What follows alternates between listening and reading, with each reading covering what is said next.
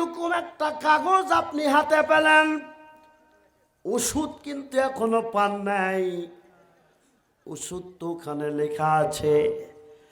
এখন যদি আমি এই ব্যবস্থাপনাপত্র হাতে নিয়ে চিন্তা করি, এত দামি কাগজ, ওষুধ আর কিনব না, বাড়ি গিয়া সকালে ফজর পড়ে একবার তেলাওয়াত করব, আবার ঈশা পড়ে একবার তেলাওয়াত করব, এরপরে এই 1900 টাকা দামের কাগজ বুকে চেপে ধরে অনুতপ্ত হয়ে শুধু কাঁদবো, চোখ থেকে পানি ফেলবো, বরকতের জন্য কপালে ঠেকাবো।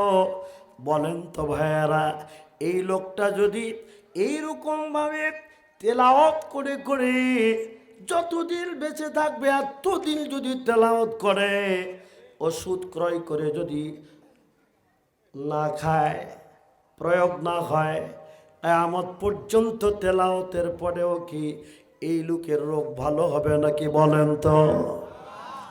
রে দুনিয়ার মানুষ, মনে করলেন এই কিতাব দামি, কত দামি।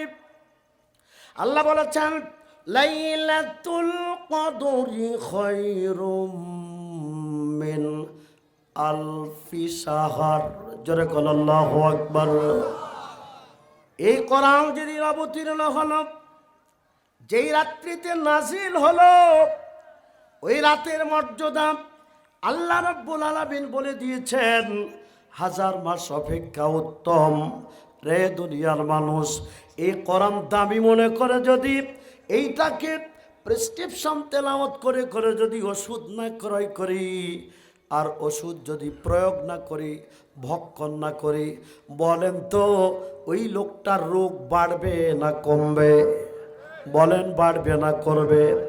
আল্লাহ রাব্বুল আলামিন বলে দিলেন, দামি কিতাব দিয়ে বলে দিলেন, ফামান তাবিআ হুদায়া ফালা খাউফুন আলাইহিম ওয়ালা হুম ইয়াহজানুন।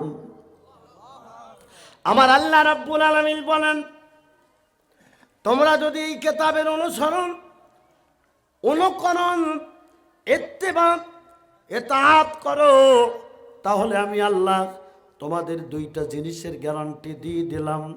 লা খাউফুন, তোমাদের জন্য কোনো ভয় নাই, ওয়ালা হুম ইয়াহজানুন, আমার আল্লাহ বলেন তোমাদের জন্য কোনো চিন্তাও নাই। জোরে কোন মারহাবা।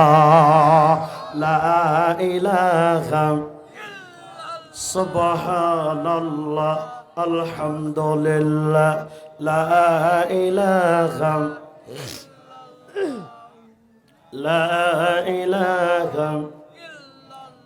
জোরে বলেন লা ইলাহা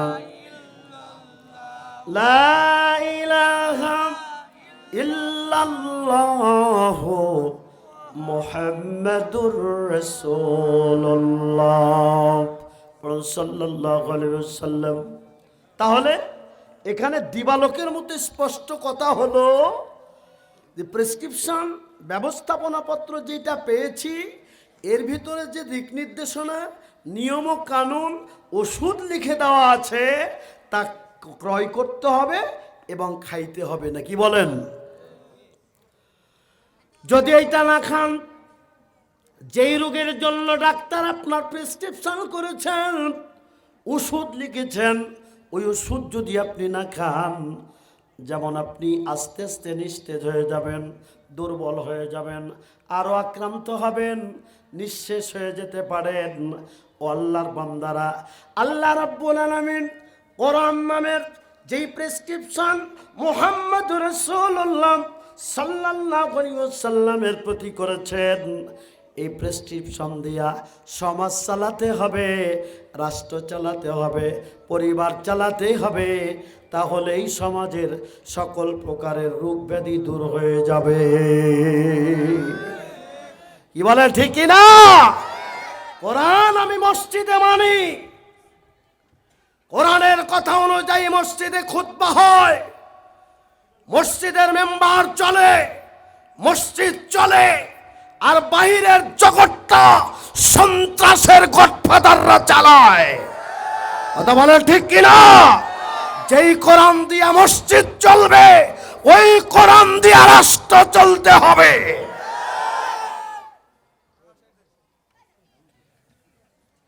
বিরক্ত লাগে, মন খারাপ,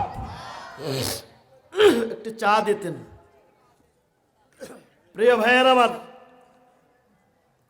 কোরআন শুধু আমাদের জন্য তেলাওয়াতের কিতাব হিসাবে আসে নাই। আমরা শুধু তেলাওয়াত, এই যে রমজান আসতেছে, খতম নিয়ে তাড়াহুড়ো না। কে কত খতম দিতে পারে, কে কত পারা পড়তে পারে, প্রচেষ্টায় ব্যস্ত। মসজিদে ইমাম, হাফেজ সাহেব, বাড়িতে মহিলারা, বাপ বেটা সবাই তেলাওয়াত দিচ্ছে, কিন্তু যে আয়াত তেলাওয়াত করলো ওই আয়াতের অনুবাদ না জানার কারণে আয়াতের সাথে কুফরি করছে। বলেন ঠিক কিনা? কেমন কুফরি? আল্লাহ রাব্বুল আলামিন বলেন, ইয়া আইয়ুহাল্লাযীনা আমানু লা তাকুলুর রিবা আদআফাম মুদাফ। আমার আল্লাহ বলেন, হে ঈমানদারেরা, চক্রবৃদ্ধি হারে সুদ খেও না। আগে আল্লাহ বলেছেন, ওয়া আহাল্লাল্লাহুল বায়আ ওয়া হাররামার রিবা। আমার আল্লাহ বলেন, আমি তোমাদের জন্য সুদকে হারাম করে দিয়েছি আর ব্যবসাকে হালাল করে দিয়েছি। মানুষ ব্যবসা করতেছে কিন্তু সুদের উপরে সিসি লোন নিয়ে। বলেন ঠিক কিনা? ওই যে মাসলাও দিতেছে, ব্যবসা করি ভাই, ব্যবসা করি ভাই, ব্যবসা করে খায়। আল্লাহ বলেছেন ব্যবসার কথা, হালাল বলেছেন, কিন্তু উনি জানেন না যে যেই ব্যবসায় বিনিয়োগ করেছেন, যেই টাকা ব্যবসায় ইনভেস্ট করেছেন, পুরোটা সুদের টাকা হারাম। হারাম থেকে যা উপার্জন হয় সবগুলি হারাম। কথা বলেন ঠিক কিনা? সম্মানিত ভাইয়ের আমার, এই দৃষ্টান্ত আমি আগেও বলেছি, এর আগেও বলেছি। মানুষ লক্ষ্য করুন, হালাল জিনিস কিন্তু ডান হাতে না খেয়ে যদি বাম হাতে খায় তাহলে কি হবে বলেন তো ভাই? সেই জন্য বলা হয় গ্লাসের কোনো দোষ নাই। গ্লাস, এই গ্লাসে দুধ খাওয়া যায়, এই গ্লাসে মধু খাওয়া যায়, এই গ্লাসে আবার মদও খাওয়া যায়। তাহলে বলেন গ্লাসের দোষ আছে? আমরা তো তাই মনে করি। মাইকের দোষ আছে, এই মাইকে ওয়াজও বাজে, আবার এই মাইকে হিন্দি গানও বাজে না, এরকম। এই মাইকালা হয়তো ভালো, উনি হয়তো হিন্দি গান বাজান না। তাহলে যন্ত্রের কোনো দোষ নাই। চাকু, চাকু চেনেন না? চাকু দিয়ে কি করে মানুষ? খাসি জবাই করে, খাসি জবাই করে ওইটা গোস্ত বানিয়ে কাবাব বানায়, নাকি বলেন বার্গার বানায়। তাহলে এই বড় বড় আপনার রামদা, তারপরে ওই যে চাপাতি যেগুলি কসাইদের কাছে থাকে, এগুলি দিয়ে গোস্ত বানায়, বানায় না? কিন্তু ওই চাপাতি যদি ডাকাতের কাছে থাকে তাহলে কি করবে বুঝেন? এতদিন ডাকাতদের কাছে ছিল না ছিল না? কথা বলেন, ডাকাতদের কাছে ছিল না ছিল না? জাতি শোষিত হয়েছে। সম্মানিত আইন আমার, চাকুর কোনো দোষ নাই, গ্লাসের কোনো দোষ নাই, মাইকের কোনো দোষ নাই। আপনি যদি লক্ষ্য করেন তাহলে আপনাকে বুঝতে হবে এই জায়গায় সমস্যা হলো গ্লাসের মালিক যিনি তিনি, তার সমস্যা। বলেন ঠিক কিনা? মাইকের কোনো দোষ নাই। মাইক এইটা যে বাজায় তার দোষ। তিনি ইচ্ছে করলে, আমাদের মান্দায় একজন লোক আছে, মেম্বার মানুষ, আব্দুর রহিম নাম, বেচারা জালসা ছাড়া তাফসীর ছাড়া কোনো জায়গায় মাইক ভাড়া দেয় না, বলে ভাড়া না হলেও ভালো। আর আমাদের অবস্থা তো এইরকম, যেমন কিছু নেতা আছে মাসি মার্কা, মাসি মার্কা নেতা বলি কেন? মাসি মিষ্টির উপরেও পড়ে, ভাতের উপরেও পড়ে, তরকারির উপরেও পড়ে, গুয়ের উপরেও পড়ে। কথা বলে ঠিক কিনা? ওইরকম নেতা এতদিন দেখেন নাই? তাফসীরের মাহফিলেও থাকে, বিচিত্রা অনুষ্ঠানে থাকে, যাত্রাতেও থাকে, নর্তকী নাচে সেই জায়গাতেও থাকে। এগুলো মাসি মার্কা নেতা। এই নেতাদের মঞ্চ থেকে খেদাতে হবে, তাবড়াতে হবে। আমাদের কাছে বলতেছে মঞ্চে কোনো রাজনীতি চলবে না। তুমি তো রাজনীতি দলের নেতা, তুমি কি বলার জন্য আসছো মিয়া? কথা বলেন ঠিক কিনা? কোরআনের মঞ্চে কোরআনের রাজনীতির কথা চলবে, তোমার পচা ধজা রাজনীতির কথা কোরআনের মঞ্চে বলতে দেওয়া যাবে না।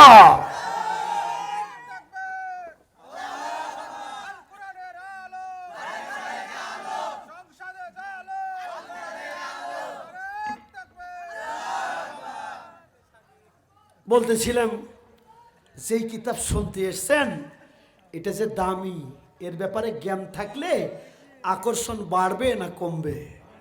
বলেন বাড়বে না কমবে? একটু কালেমা পড়েন, লা ইলাহা সুবহানাল্লাহ আলহামদুলিল্লাহ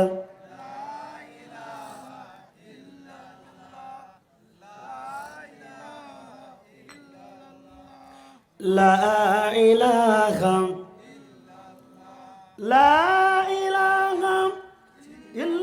ইল্লাল্লাহু মুহাম্মাদুর রাসূলুল্লাহ। পড়ুন সাল্লাল্লাহু আলাইহি ওয়াসাল্লাম। আমার ভাইয়েরা কান লাগান, আমার এই জ্ঞান থাকা লাগবে। আল্লাহ নবী বলেছেন মসজিদের ভিতরে নামাজ পড়ে যদি কোনো মানুষ যায় নামাজের ভিতরে বিলম্ব করে, অপেক্ষা করে, অবস্থান করে, রাসূলুল্লাহ বলেছেন ওই সময় একজন ফেরেশতা এসে তার মাথার উপরে হাত বুলায় দিয়ে দোয়া করে দেয়, বলতে থাকে আল্লাহুম্মা গফির লাহু আল্লাহুম্মা রহমহু। জোরে কোন আল্লাহু আকবার। আমি ওখানেও বলে আসলাম পৃথিবীতে উৎকৃষ্ট স্থানের নাম হলো মসজিদ। কি বলেন? এখন এই জ্ঞান তো আমার থাকা লাগবে না, কি কন? জ্ঞান যদি না থাকে তাহলে এই মসজিদে যেতে ইচ্ছে করবে না। রে দুনিয়ার মানুষ, আল্লাহ নবী বলেছেন মসজিদের ভিতরে যদি কোনো লোক কোনো প্রয়োজনে যায় নামাজ, খুতবা অথবা কোনো শর্ট কার্পেট নেয়ার জন্য প্রবেশ করেছে, কান লাগান, কোনো কিছু নেওয়ার জন্য মসজিদের ভিতরে প্রবেশ করেছে, নামাজের জন্য নয়, রাসূলুল্লাহ বলেছেন মসজিদে পা দেওয়ার সাথে সাথে আল্লাহ রাব্বুল আলামিন ওই বান্দার জন্য জান্নাতের ভিতরে মেহমানদারির ব্যবস্থা করেন। জোরে কোন মারহাবা। থেকো প্রভু এ জীবনে হয়ে চিরসাথী, আসবে গহীন রাতি, আমার যখন ফুরাবে দিন, আসবে গহীন রাতি। থেকো প্রভু এ জীবন চিরসাথী, আসবে গহীন রাতি। লিল্লাহে তাকবীর। প্রিয় ভাইয়ের আমার, এই কথাটা এই জন্য বলছিলাম, যে কোরআন আপনি শুনতে এসেছেন এই কোরআনের ব্যাপারে জ্ঞান ধারণা যদি থাকে তাহলে শুনতে ইচ্ছে করবে না করবে না? বলেন অবশ্যই ইচ্ছে করবে। একটু মগজটা ধুলাই করা যাক কোরআন দিয়া।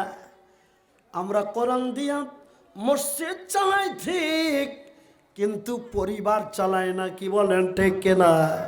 পরিবার যদি চালাইতাম তাহলে আমার বউ বাচ্চা ইজিভাবে পর্দা ছাড়া ল্যাংটা হইয়া বেহায়া হইয়া বাজারে ঘোরাফেরা করতে পারতো না।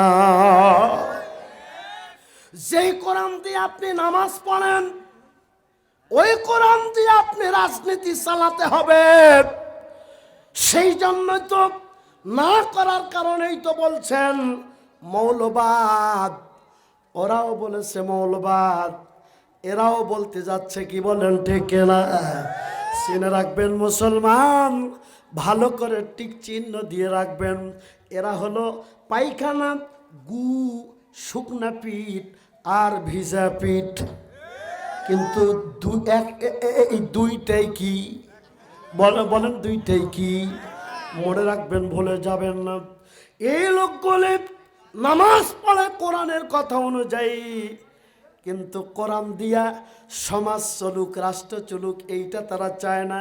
কারণ তারা চায় একসাথে নারীকে মঞ্চে নিয়ে বক্তব্য দেবে, একই সাথে মঞ্চে কাটাবে। এই সময় তাদের থাকবে না যদি ইসলাম কায়েম হয়ে যায়। ইসলাম কায়েম হয়ে গেলে পারে, ইসলাম যদি প্রতিষ্ঠিত হয়ে যায়, তাহলে বাংলার মাটিতে ওই জালসা ঘর তৈরি হবে না। এইটা তারা জানে।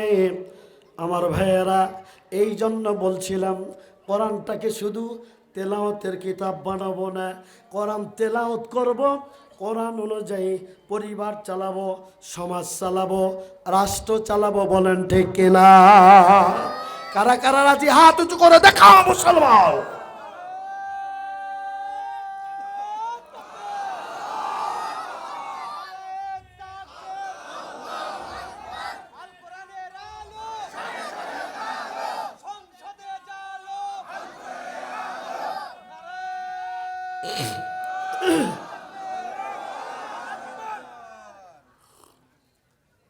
সম্মানিত ভাইয়েরা আমার, এত বড় করে কথা বলি কিসের পাওয়ারে? আমাদের হাতে র্যাবও ছিল না, বিজেপিও ছিল না। ছিল না কি কন? তখনও যেই রকম বলেছি এখন তো বলবোই। কথা বলেন ঠিক কিনা? দুনিয়ার কোনো বাতিলকে আমরা ভয় পাই না। যারা রক্ত দিতে জানে, মৃত্যুর জন্য যারা প্রস্তুত থাকে, সেখানে প্রশাসন গিয়ে বলে স্যার একটা মারলে একটাই পড়ে, আর গুলো যে নড়ে না। সুবহানাল্লাহ বলতে পারেন না? ব্যর্থ তারা কোথায় হয়েছে? কি বলেন ঠিক কিনা? জীবন চলে যাবে, কাঙ্ক্ষিত মানের মঞ্জিলে আমরা আজও পৌঁছাতে পারিনি। ইসলামের সৈনিক, কোরআনের সৈনিকরা ততদিন বিশ্রাম নেবে না, ততদিন ঘুমাবে না, যতদিন পর্যন্ত বাংলার মাটিতে কোরআনের রাজ কায়েম না হবে।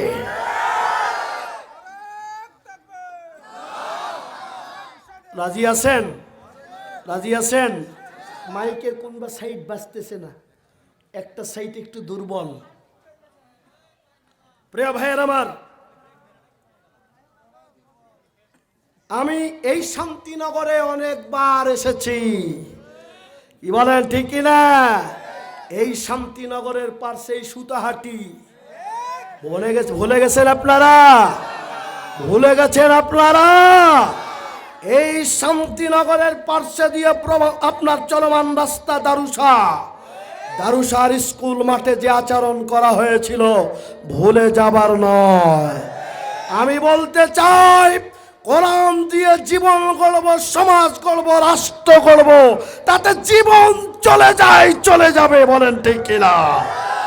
আজকে দ্ব্যর্থ কণ্ঠে বলতে চাই, কোরআনের কথা এত জোরে বলি, এত পাওয়ার দিয়ে বলি, আপনি একবার আসুন মান্দায়, আমার মান্দায় আসুন, আমার পরিবার দেখে আসুন, কোরআন দিয়ে কিভাবে পরিবার চলে। আপনি যদি আমার শত্রুকে গিয়া বলেন লোকটা কেমন, তাহলে কি উনি পজিটিভ কোনো কথা বলবেন? কখনোই সম্ভব নয়। সুতরাং কোরআনের কথা একটা কারণে পাওয়ার দিয়ে বলি, কোরআনী অনুশাসন বাংলার মাটিতে প্রতিষ্ঠিত হয়নি, কিন্তু পারিবারিকভাবে এটাকে প্রতিষ্ঠিত করার চেষ্টা অব্যাহত রেখেছি। আমরা কোরআন দিয়ে চলবো, কি বলেন, ঠিক কি না?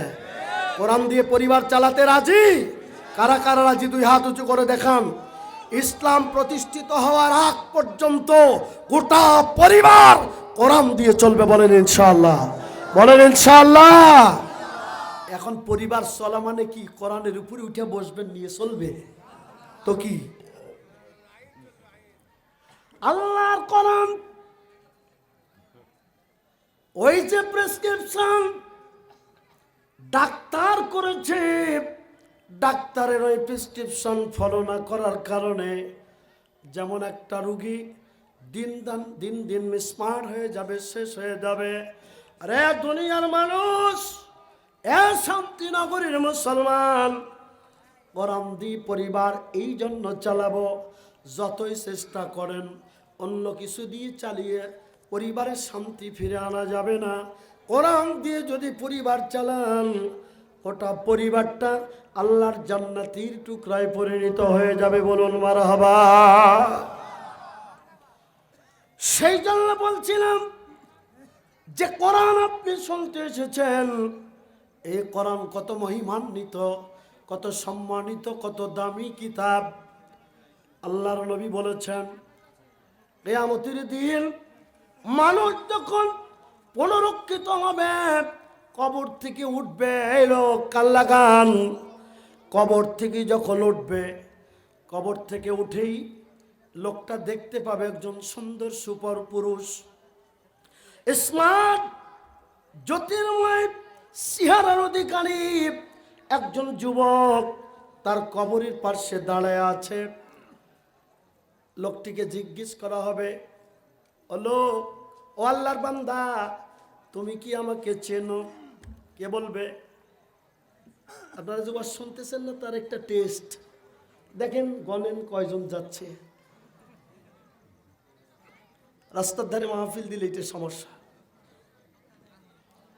বলবো না বাদ দেব? বলেন, আলোচনা চলবে না বন্ধ হবে? খালি পাম দিতেছেন না? একটু সামনে আসেন। ওই জায়গায় ফাঁকা কেন ভাই? পোকা তো কেন? একটু সামনে আসেন। লা ইলাহা ইল্লাল্লাহ, লা ইলাহা সুবহানাল্লাহ, আলহামদুলিল্লাহ, লা ইলাহা ইল্লাল্লাহ, মুহাম্মাদুর রাসূলুল্লাহ সাল্লাল্লাহু আলাইহি ওয়াসাল্লাম। সম্মানিত ভাইয়ের আমার, এই কোরআন কিয়ামতের দিন যে লোকটি কবর থেকে পুনরুত্থিত হবেন, কবরের পাশে দাঁড়িয়ে থাকবে একজন সুন্দর সুপুরুষ, স্মার্ট চেহারা, জ্যোতির্ময়। লোকটি কবর থেকে উঠার সাথে সাথে জিজ্ঞেস করা হবে, ও মানুষ, তুমি কি আমাকে চিনতে পেরেছ? সুবহানাল্লাহ বলুন। লোকটিকে বলা হবে, তুমি কি আমাকে চিনতে পেরেছ? লোকটি বলবে না, তুমি কে? কে তুমি বলো? ওই দিন বাকারা, সূরাতুল বাকারা, একদম সহিহ হাদিস, সূরাতুল বাকারা, ওই দিন আল্লাহর ওই বান্দাকে বলবে, ও আল্লাহর বান্দা, আমি তো সেই বাকারা যা তুমি তেলাওয়াত করেছিলে, আমার জন্য আরামের ঘুম হারাম করে দিয়েছ, বিছানায় শোনায় আমাকে তেলাওয়াত করেছ। আজকে এসো, আমি তোমাকে জান্নাত পর্যন্ত পৌঁছে দেব। জোরে কোন মারহাবা। সম্মানিত ভাইয়েরা আমার, হাদিসের রাবী বলছেন, কিয়ামতের দিন সূরাতুল বাকারা আর আলে ইমরান, এই দুইটি সূরা অগ্রগামী, সামনে দৌড়াবে। সামনে চলতে থাকবে, আর তেলাওয়াতকারী যারা তারা পিছু পিছু হাঁটতে থাকবে। এই আল্লাহর কোরআন সূরাতুল বাকারা আর সূরাতুল আলে ইমরান আল্লাহ পর্যন্ত, জান্নাত পর্যন্ত তাদের পৌঁছে দেবে। জোরে কল মারহাবা। আল্লাহর নবীর একজন সাহাবী, এর নাম হলো উসাইদ বিন হুযাইর। একটু কান লাগান, যে বাকারা আপনি কি শোনাচ্ছিলাম, যে কোরআন আপনি শুনতে এসেছেন। আজকে বলতে চাই, কোরআন শুধু তেলাওয়াতের জন্য আসে নাই, আসছে নাকি? কম বলেন, তেলাওয়াতের জন্য আসছে নাকি? কোরআন শুধু খতম দেওয়ার জন্য আসে নাই। যে কোরআনে বিজ্ঞানের কথা আছে, চাঁদের কথা আছে, সূর্যের কথা আছে, আসমানের কথা আছে, জমিনের কথা আছে, যেই সূরার ভিতরে গাভীর কথা আছে, যেই সূরার ভিতরে হাতির কথা আছে, মাকড়সার কথা আছে, মধুমক্ষিকার কথা আছে, মানুষের কথা আছে, এইটি হলো পূর্ণাঙ্গ জীবন বিধান আল কোরআন। জোরে বলেন আল্লাহু আকবার। রে দুনিয়ার মানুষ, ফালা উকসিমু বিমাওয়াকিন নুজুম, আল্লাহ বলেছেন ওই জায়গার শপথ যেই জায়গায় তারকারা চিরসমাধিত হয়ে যায়। তারকা, ওই যে আকাশে দেখতেছেন না কোটি কোটি তারকা, বলবো এই পৃথিবী থেকে 49 কোটি কিলোমিটার দূরে মঙ্গল গ্রহ, আর এই পৃথিবী থেকে 13 লক্ষ গুণ বড় হলো সূর্য। আল্লাহু আকবার। সূর্যের নামের সূরা কোরআনে আছে না নাই? বলেন আছে না নাই? আমি শুধু বোঝাচ্ছিলাম এটা কত দামি কিতাব। এটাকে রিসার্চ করে পৃথিবীর ইহুদি নাসারারা উন্নত জাতিতে পরিণত হয়ে গেল, আর মুসলমান এই কোরআন ডয়ারির ভিতরে ফেলে রাখার কারণে ইহুদিদের পায়ের নিচে পড়ে চিৎকার করতে থাকলো। এই কোরআন রিসার্চ করার কারণে ওই আমেরিকার নাসারা, আমেরিকায় ওই নাসা তারা চাঁদে লোক পাঠালো। কি বলেন ঠিক কিনা? কারণ কোরআন তারা রিসার্চ করেছে, কোরআন তারা গবেষণা করেছে। কিন্তু পৃথিবীতে শুধুমাত্র একমাত্র কেবলমাত্র অবহেলিত এই কিতাব মুসলমানদের কাছে। বলেন ঠিক কিনা? এই জন্য একটা উদাহরণ মাঝে মধ্যে বলি, আবারও বলছি। আমরা ইংরেজি প্রাইভেট পড়াই একটা স্টুডেন্ট, মাসে 2500 টাকা দিই, 12 দিনে মাস। কয়দিন মাস? আমি নিজেও পরীক্ষিত, আমার ছেলে ইন্টারমিডিয়েটে পড়ে। এ আল্লাহ, 12 দিনে মাস ইংরেজি প্রাইভেট দিয়েছেন। আমার লজ্জা থাকা দরকার, আমি আপনাকে বলতেছি না, আমার লজ্জা থাকা দরকার। 12 দিনে মাস ইংরেজি পড়াই। এই 12 দিনের ভিতরে হয়তো বা 7 দিন অথবা 8 দিন আবার আসে স্যার খুব মোশানে, মনে কি শুনেন না স্যার? ও স্যার, মনে কি শুনেন না? আমি আপনাকে বলছি না। স্যার আসলে পারে টেবিলে নাস্তা দেওয়া হয়, কি সুন্দর করে। ছোট্ট ছেলেটা ক্লাস 8-এ পড়ে, স্যারকে কি সুন্দর করে রিসিভ করে। আসসালামু আলাইকুম স্যার, আসুন বসুন। রে দুনিয়ার মানুষ, পৃথিবীর শ্রেষ্ঠ কিতাব যেইটা গবেষণা করে এই পৃথিবীর বিজ্ঞানীরা বলল, একটা মহিলার পেটের ভিতরে বাচ্চা আছে, কোন জায়গায় কাটলে খুব তাড়াতাড়ি বাচ্চার উত্তোলন করা যাবে, ওই জায়গায়তেই তারা কাটে। এ কথা পৃথিবীতে কেউ বলে নাই, আল্লাহর কোরআন বলেছে বলে কোরআন গবেষণা করেই তারা এইটা আবিষ্কার করেছে। বলেন ঠিক কিনা? দুনিয়ার মানুষ আজ কোরআন থেকে দূরে সরে থাকার কারণে অবহেলিত, নিগৃহীত, নির্যাতিত, নিষ্পেষিত, লাঞ্ছিত, বঞ্চিত এই মুসলমান। কি বলেন? আল্লাহর বান্দারা একটু কান লাগান। এই পৃথিবী থেকে 13 লক্ষ গুণ বড় সূর্য, অথচ পৃথিবীর বিজ্ঞানীরা বলল আমরা সূর্যকেই বড় বলে ঘোষণা দিয়ে দিলাম। এই বিজ্ঞানীরা তারা আবার গবেষণা করে বলল, না, সূর্য বড় নয়, সূর্য বড় নয়, তারকা সূর্যের চাইতে এত বড়। এক একটা তারকার ভিতরে এমন লক্ষ লক্ষ সূর্য প্রবেশ করবে। আল্লাহু আকবার বলুন। রে দুনিয়ার মানুষ, চাঁদের ব্যাপারে সূরা আছে সূরাতুল কমার। যেই চাঁদকে আল্লাহ রাসূল শাহাদত আঙ্গুলির ইশারা দিয়ে দ্বিখণ্ডিত হয়ে গিয়েছিল চাঁদ। কি বলেন, ঠিক কিনা? আছে না নাই? রে মুসলমান, আমি আপনাকে বোঝাচ্ছিলাম, আমি কত দামি কিতাব শুনতে এসেছি।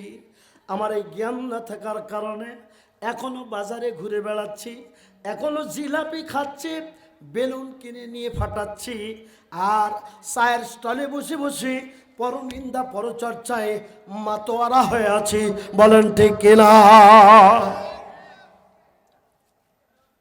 বিজ্ঞানীরা কোরআন গবেষণা করল, এরপরে তারা বলল, ফালা উকসিমু বিমাওয়াকিন নুজুম।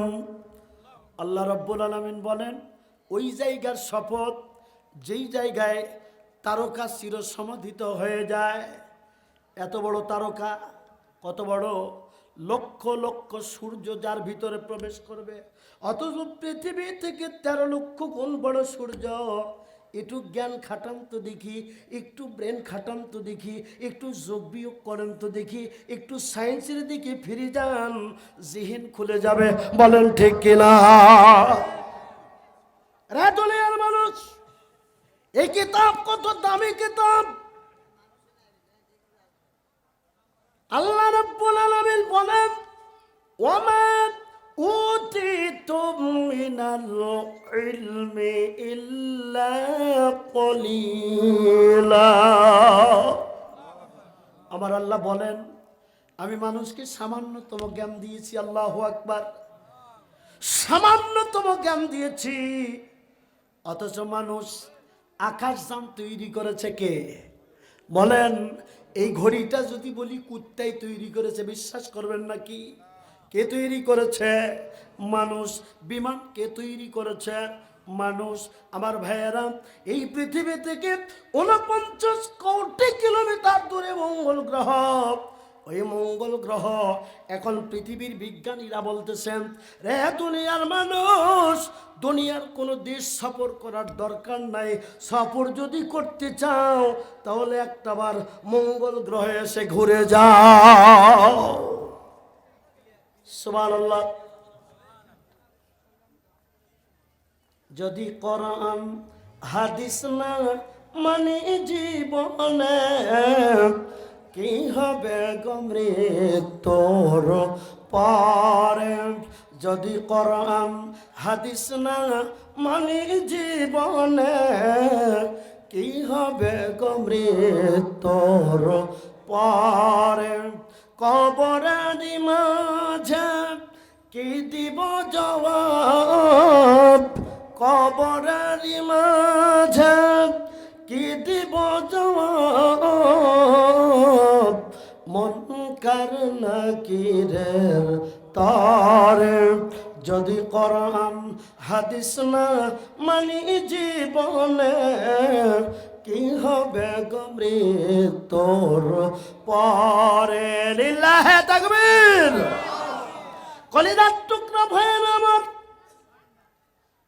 কোরআন মানব, কোরআন পড়ব, কোরআন মানব, আল কোরআনের সমাজ গড়ব। বলেন ঠিক কিনা? আপনি মুসলমান, আপনি মুসলমান, একটু কান লাগান।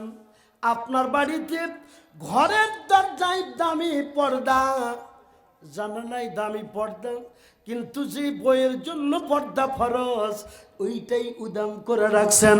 বলেন ঠিক কিনা?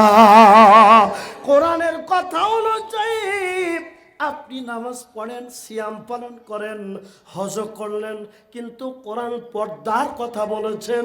ওই পর্দা কি হালকা করে দেখার কোনো অধিকার আপনার নাই। আছে নাকি কম? যুবতী মেয়ে ভার্সিটিতে পড়েন, এবারে ভ্যালেন্টাইন ডে করলেই কিন্তু ঠান্ডা করে দিবে সেনাবাহিনী। দেখেন না, আর মাত্র কালকের দিন, পরের দিনেই খালি যায়া দেখেন মজা। সেনাবাহিনী মাইকিং করে বলে দিয়েছে, খবরদার কোনো পিতা কোনো মাতা যেন তার মেয়ে অথবা ছেলেকে ভ্যালেন্টাইন ডে পালন করবার যায়া ওই পর্দা গার্ডেনে বসে অন্য যুবকের মুখের ভিতর বাদাম গাছে না দেয়, তাহলে কিন্তু ওরও গাজন হবে। কি বলো ঠিক কিনা? আরে মুসলমান, বলছিলাম কোরআন কত দামি কিতাব, এই কোরআন দিয়ে আপনি নামাজ পড়বেন, অথচ কোরআন দিয়ে পরিবার চালাবেন না। যুবতী মেয়ে কলেজে যাবার বের হয়েছে, ল্যাংটা পোশাক পরে গেটের সামনে দাঁড়িয়ে যান। আপনি পিতা, বলেন মা এবার এইরকম করে কোথায় বের হয়েছ? আব্বু কোচিংয়ে যাচ্ছি। খবরদার, আমি তোর পিতা, নামাজি পিতা, হাজি পিতা বলতেছি, শুনে রাখ, আমি একজন মুসলিম, 5 ওয়াক্ত সালাত আদায় করি। আল্লাহর কসম করে বলি, তুই যদি এই ল্যাংটা পোশাকে কলেজে যাবি, আমার বাড়ি আর আসবি না। বলতে পারবো? সম্ভব নয়। এই জায়গায় আমরা অযোগ্য পিতা, অযোগ্য। কাম করে টাকা না দিলে কৈফিয়ত চাই, কিন্তু নামাজ না পড়ে ঘুমাই গেলি কোনো জিজ্ঞাসা নাই। শুধুমাত্র তাই নয়, ওই ছেলের আল্লাদেব আপনার রুম অ্যাটাচ টয়লেট বানায়া দেয়। 12টা 1টা পর্যন্ত ফোন টিপি টিপি ঘুমের আতঙ্কে বুকির উপরেই ফেলায়া ঘুমায়া যায়। ঘুম ঘুম 9টার দিকে উঠে ব্রাশ করে, আসে না নাই? আপনি কেমন অযোগ্য পিতা! কোরআন দিয়ে আপনি নামাজ পড়লেন, তাহাজ্জুদ পড়লেন, অথচ সন্তানের প্রতি দরদ দেখালেন। আপনার উচিত ছিল রাত 9টার পরে মেয়ে অথবা ছেলের মোবাইলটাকে ক্লোজ করে নিয়ে বলে দেওয়া দরকার ছিল, এখন ঘুমায় যাও, ফজরে উঠতে হবে। কথা বলেন ঠিক না? নামাজ কোরআনে অনুশাসন। আরে মুসলমান, আল্লাহর কসম করে বলি, কোরআনের আইন যদি আপনি না মানেন, নামাজ আপনার কবুল হবে না। কারণ যে রাস্তা পিচ দিয়ে তৈরি করেছেন, ওই পিচের রাস্তা দিয়া সকালবেলায় ফজর পড়ে তাসবিহ টিপতেছেন। ওই পিচ যেই রাস্তা, ওই রাস্তা তৈরি করতে সরকার লক্ষ লক্ষ টাকা লোন করেছে, ঋণ করেছে, আর ওই ঋণটা হয়েছে সুদের ভিত্তিতে। কথা বলেন ঠিক না? নবী বলেছেন, 1 টাকা সুদ যে খায়, 36 বার মায়ের সাথে জেনা করলে যে গুনাহ হয়, সেই গুনাহ সে অব্যাহত রাখে। জোরে কোন নাউজুবিল্লাহ। ওই জন্য উদাহরণে একটা কথা বলি, কান লাগান। উদাহরণটা কি? ও ভাই, আপনার মসজিদের ভিতরে যদি কেউ মদ খেয়া, দুর্গন্ধ নিয়া, ওভারলোড হয়ে যদি প্রবেশ করে, এই অবস্থায় আপনি ওকে মসজিদে থাকতে দেবেন নাকি? কৃষক দেবেন না। দেবেন না কেন তাই বলেন? দেবেন না এই জন্য মদ খাওয়া কি হারাম। এই জন্য আপনি হারাম খায়া, মদ খায়া মাতলামি করে মসজিদে প্রবেশ করতে দেবেন না। কিন্তু ওর চাইতে বড় হারামখোর মসজিদের সভাপতি সুদখোর প্রথম কাতারে বসে আছে। কথা বলেন ঠিক না? মদখোর যদি গলা ধাক্কা দিয়ে বের করে দিয়ে থাকেন, তাহলে ওক জুতা পিটা করে বের করে দেওয়া দরকার। কেন? এটা বৈষম্যতা। আছে না নাই? বলেন আছে না নাই? ভাইরা আমার, বলছিলাম, যে কোরআন আপনি শুনতে এসেছেন, এর ব্যাপারে জ্ঞান থাকতে হবে, ধারণা থাকতে হবে। ইলম থাকতে হবে। এই লোকটি আর একটা কথা, সেটা হলো ওরা বিড়ি খায়, আমরা দেখতে পারি না। কি বলেন? বিড়ি খায়, বিড়ি খায়, সেই জন্য বলি এ বিড়ি খোর রে, লোকটা বিড়ি খোর। কিন্তু যে বলে বিড়ি খোর, ওই হুজুর মসজিদের ভিতরে বসে থেকে আওলা, ভিজা পাতা, মানিক জাদ্দা, সম্রাট, বাবা খায় কিনা কোন?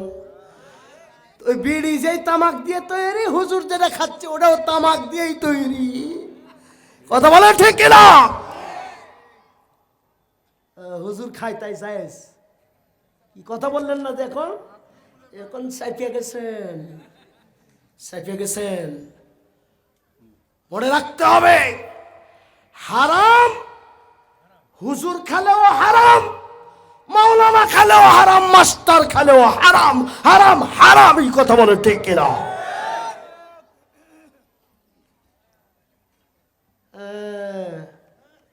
এই জন্য হুজুর খায়। কি সুঘ্রাণ মুখ থেকে বের হয়। হুজুর পানি বাকড় দিলেই দেখবেন বলে হুজুর কি দিয়া খান, এত স্বাদ খায়। কারো কারো পান সাবানে দেখে মনে হয় যে আমি দুইটা একবারে খাই। গালসি দিয়ে এভাবে পড়া যায়, আবার করে সরপুরুত করে উপর দিকে টান দেয়। আছে না নাই? তাহলে বিড়ি খুঁড়ো যা, জর্দা খুঁড়ো তা, তামাক খুর যা, গাঁজা খুঁড়ো তা, একই অপরাধ। হালকা করে দেখার কোনো সুযোগ নাই। কোন মাওলানা থাকলে আসেন, চ্যালেঞ্জ থাকলো আপনার সাথে। চলে যাওয়া তাকবীর দিচ্ছে। প্রিয় ভাইয়ের আমার,